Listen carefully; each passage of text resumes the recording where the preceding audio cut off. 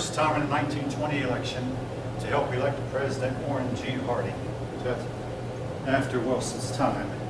Now, as for Wilson, he was the first president to cross the ocean while being in office, and since then they've been leaving right and left. But he crossed the ocean. He went to Europe to negotiate a peace settlement, and he was going to negotiate a peace that would end all the wars and see that Europe never went to war again. But one French general looked at the treaty and it was drawn up to, this is not a peace treaty, this is only a 20-year truce. The reason for that was he proved to be so right. The truce was signed in 1919, and in 1939, we were back in war again. 20 years went by. But we remember these things because, but anyway, Wilson wanted, if Wilson's ideas had been followed, maybe World War II would not have happened. But instead, the British and the French, the Italians were determined to punish Germany and Austria. And Wilson found himself taking a back seat. But another thing Wilson did, he should have negotiated through an ambassador. And if you're ever president of the United States, folk, and you need to negotiate, send an ambassador. Because if something you do turns out to be wrong, you can always say, oh, that's not me, that was my ambassador. You can fire the ambassador and send another one in his place. Yeah, but why blame someone who it's not his But see, fault? he was the, Wilson Wilson was a president, he was negotiating with ambassadors. See, the other country, go ahead. As a president, you should take the blame for themselves. If you make a mistake, you made a mistake.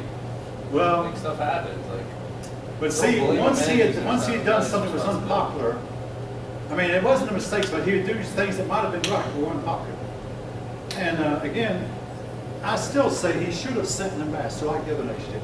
Because once you sent an ambassador, I mean, you can always recall him and replace him with another. But once Wilson fallen out of favor, well, hey, what could he do? Replace himself? Well, he wasn't going to do that.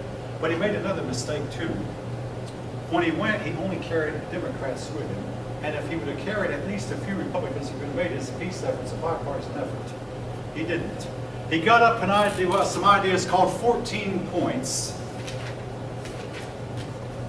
that were designed to bring democracy. It was called to make the world safe for democracy, to bring democracy to all of Europe, especially to Germany and Austria, which had not been democracy until this time. They wanted to bring democracy to Germany and Austria, and they also got the idea of the League of Nations.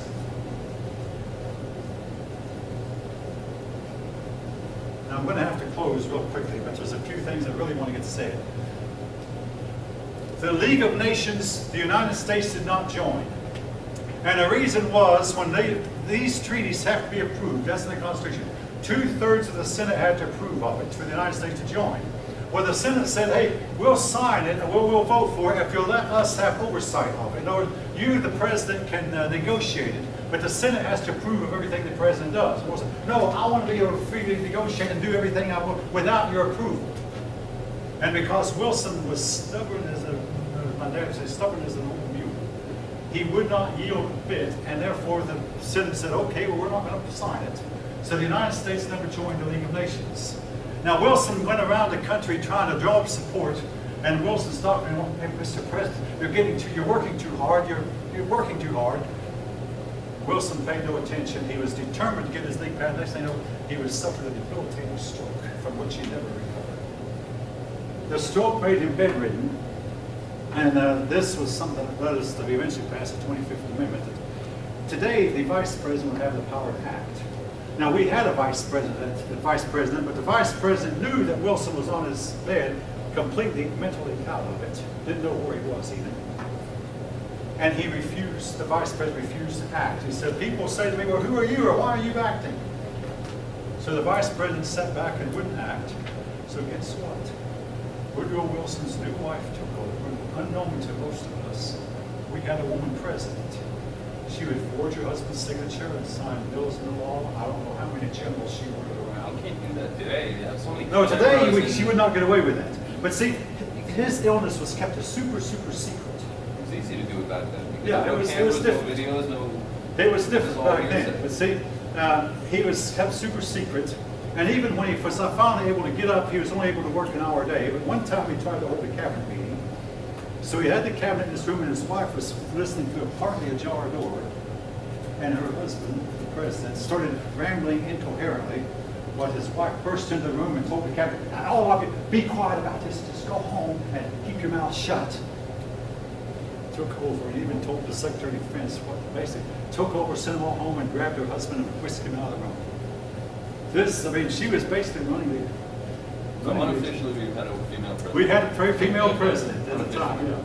yeah. And she signed, she forged her husband's signature, and I don't know how many executive orders she might have signed, but, and again, people thought that the president was doing Here it. brings the question now, any law that we don't know that she signed, technically officially she wasn't the president and had no right to put those laws into effect. Can those laws today I don't be know if any of them are nullified? still on the books. I mean, you That's what I'm saying. got, I have not even thought of that, but you got a point. The point I'm making though is, this was one of the things that led to the, see, with him being incapacitated for several months, and also James Garfield after his shot, he laid on his, in a lot of pain for 3 months, unable to work.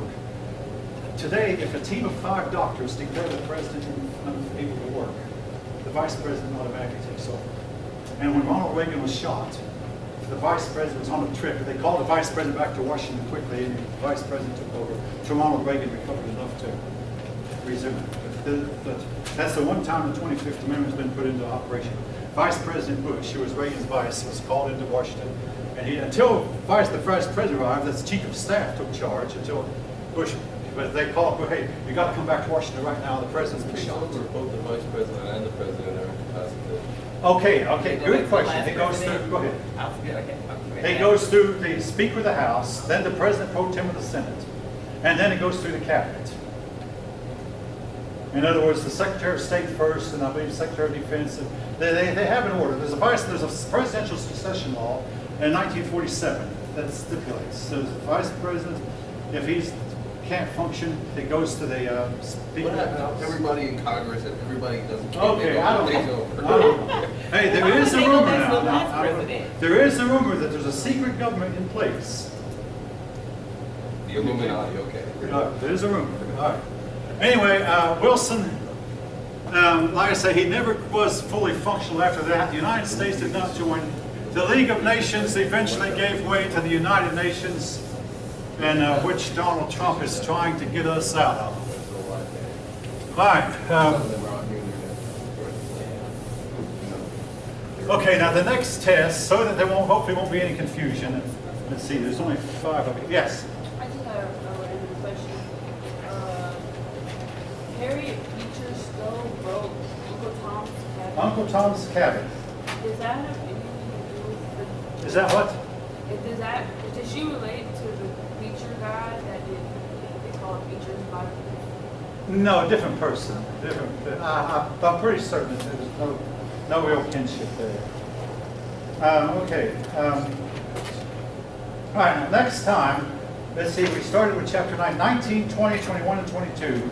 So the next test will cover chapters 19, 20, and I'm getting behind.